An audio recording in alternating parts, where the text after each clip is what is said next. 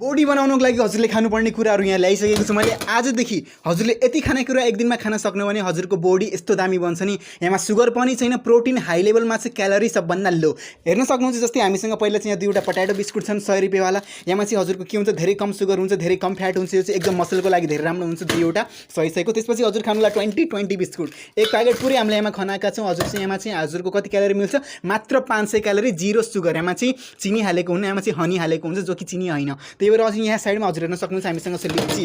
अरे भाइ साहब एक प्याकेट लिची चाहिँ 90 रुपियाँको पाइन्छ। यहाँ त्यो 6 पिसवटा छन्। यहाँ सुगर छैन, जिरो सुगर छ। हजुरको लागि चाहिँ बेस्ट हुनसक्छ लिची फ्याट लसको लागि। त्यसपछि हेर्न सक्नुहुन्छ एक प्याकेट पुन्टे चाउचाउ छ हामीसँग।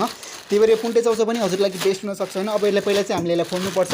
त्यसरी फोड्नुपर्छ, यसरी फोड्यो। अनि त्यसपछि यहाँ चाहिँ हेर्न सक्छ मजाले यसरी खाना खानु होला हजुर। सबै हरेक दिन हजुरले यति खानु भने हजुरको बॉडी फिक्स बन्छ। हजुर यदि फ्याट लस गर्नु हुँदैछ भने फ्याट लस पनि फिक्स भइहाल्छ। त्यही भएर चाहिँ हजुर मजाले यसरी खानेकुराहरू खानु होला।